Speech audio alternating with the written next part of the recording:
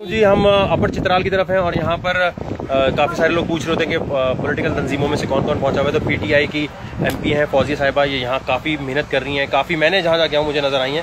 फौजी साहिबा थोड़ा बताएं क्या क्या मसले मसाइल आ रहे हैं। आपको पता है पॉलिटिकल प्रेशर बहुत ज़्यादा बढ़ जाता है ऐसे मौक़ों पे, लोग स्कोरिंग के चक्कर में पड़ जाते हैं। तो यहाँ बताइए क्या यहाँ पर लोगों को जो ज़्यादा मसले मसाइल हैं उसमें लोग इंडिविजुअली कैसे हेल्प कर सकते हैं। बिस्मिल्लाहिर्रहमानिर्रहीम। सबसे पहले आपका शुक्रिया कि आपने मुझे इंटरव्यू का टाइम दिया। वाकई में पॉलिटिकल प्रेशर काफ़ी बिल्ट होता है जब आपकी गवर्नमेंट प्रोविंशियल गवर्नमेंट में आप रिप्रेजेंटेशन कर रहे हों। आज हम यहाँ पे आए थे तो मसला यहाँ पे काफ़ी लोगों को है, पीने के पानी का सबसे बड़ा मसला है। तो हम कोशिश कर रहे हैं कि as such as possible as early हम इनको पाइपलाइन प्रोवाइड करें। इसके अलावा जो इनका डिमांड है टेंट और रिलीफ का सामान भी प्रोवाइड हुआ है, लेकिन इनका जो जेन्युइन डिमांड है कि ये उन जगहों पे वापस जाके रहना नहीं चाहते जो कि अफेक्टेड हैं। तो हम क्योंकि वहाँ ऑलरेडी वो कहते हैं जी पहले सैलाब आया है तो फिर अभी आया है और हो सकता है कि एक्सपेक्टेड हो इन फ्यूचर। तो इनका जो जेन्युइन डिमांड है कि वो चाह रहे हैं कि एक एरिया यहाँ पे सरकारी एक ज़मीन है काकलाश्त का, तो इन सब का एक जेन्युइन डिमांड है कि चीफ मिनिस्टर साहब से गुजारिश करके वहाँ पे एक टेंट विलेज कायम करें, क्योंकि हमारा ऑलरेडी एक हाउसिंग स्कीम वहाँ पे हमारी ADP में शामिल है। तो इनकी डिमांड हम हाई अप लेवल तक लेके जाएंगे। वाकई में इनकी ज़्यादा नीड है। तो हमारी सूबाई गवर्नमेंट पूरी कोशिश कर रही है एज पॉसिबल इनको रिलीफ दे सके। रिहेबिलिटेशन का काम अभी हम स्टार्ट नहीं कर सकते क्योंकि आपको पता है कि कंटिन्यूसली अभी बारिशें हो रही हैं। 13 जुलाई से ऑनवर्ड अभी तक चित्राल की तकरीबन 20 यूसीज़ पे सैलाब आया, जिसकी वजह से बहुत सारे घर डैमेजेस हुए हैं, मुतासरीन की तादाद ज़्यादा है। तो फिलहाल रिलीफ का काम नहीं और ज़्यादा मैं पॉलिटिकल डिफरेंस साइड, लेकिन मैं आपको एक बड़ी क्लियर बात बताऊं कि पीटीआई के मुझे बाकियों का नहीं पता, मैंने इनको जहाँ जहाँ मैं गया हूँ मुझे ये नज़र आई हैं जो अच्छी बात है। खातून होने के बावजूद इतनी हिम्मत करना, आगे आना और इस तरह काम करना जो इसको अप्रिशिएट करना चाहिए। अच्छा मुझे फौजी साहब ये बताएं कि लोग ये जानना चाहेंगे कि अब देखें एक तो खैमे लग गए जी। अच्छा खैमे लगने के बाद अब जो इनके बाद में जो घर बनने हैं जो कम से कम 20-20, 25-25 लाख तक की कंस्ट्रक्शन मटेरियल है, हुकूमत उसमें 5 लाख तक ज्यादा से ज्यादा देने का ऐलान किया।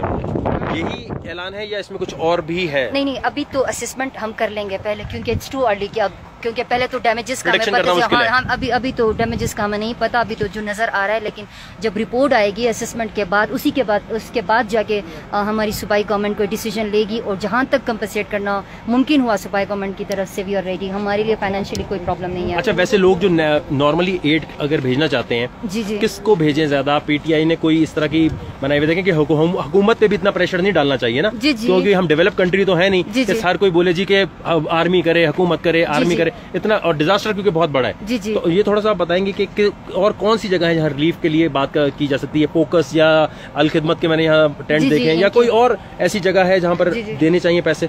एक्चुअली जितने भी नॉन गवर्नमेंट ऑर्गेनाइजेशन यहाँ पे काम कर रहे हैं हम उनके मशकूर हैं, क्योंकि जिस तरह आपने बताया सारा हम गवर्नमेंट पे बर्डन भी नहीं डाल सकते।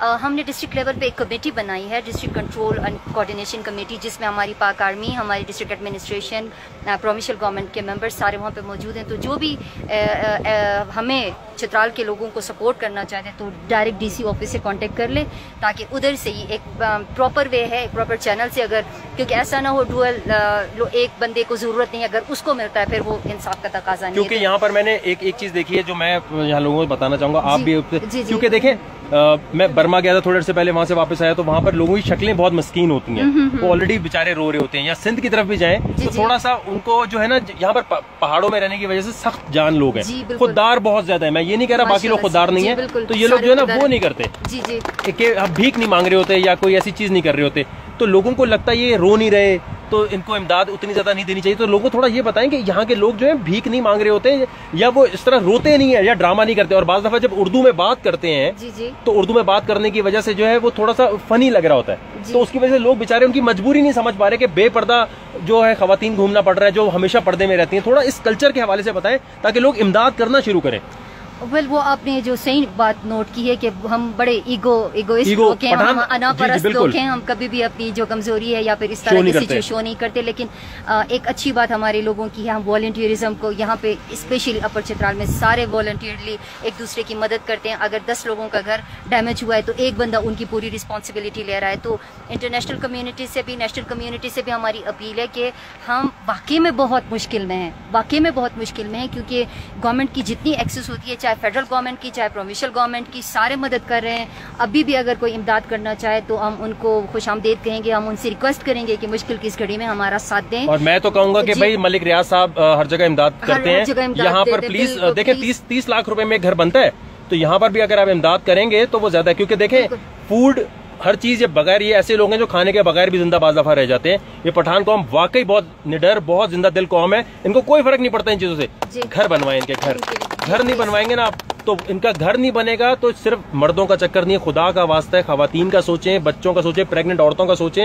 ये पीटीआई का सिर्फ काम नहीं है भाई कि आप टीवी चैनल में बाज़ दफा दिखा रहे नहीं, देखें प्रेग्नेंट औरत जो घूम रही, भाई तो आप हेल्प कर दें, आप आए मेरे, आप अपनी गाड़ी में ले जाए। बिल्कुल हम सबसे गुजारिश करेंगे जो भी हेल्प करना चाहे चित्राल, क्योंकि अभी तक हमारे पास जो असेसमेंट आई है वो अरबों के हिसाब से इतने डैमेजेस हुए हैं, क्योंकि अभी तक हमारे पास वो एक्चुअल रिकॉर्ड एक्यूरेट डेटा नहीं आया, लेकिन जहां तक हमें लग रहा है ये अरबों के हिसाब से डैमेजेस हुए हैं। 400-500 से ज्यादा जो हाउसेज हैं वो फुली डैमेज है, इसके अलावा पार्शियली डैमेज हाउसेज हैं।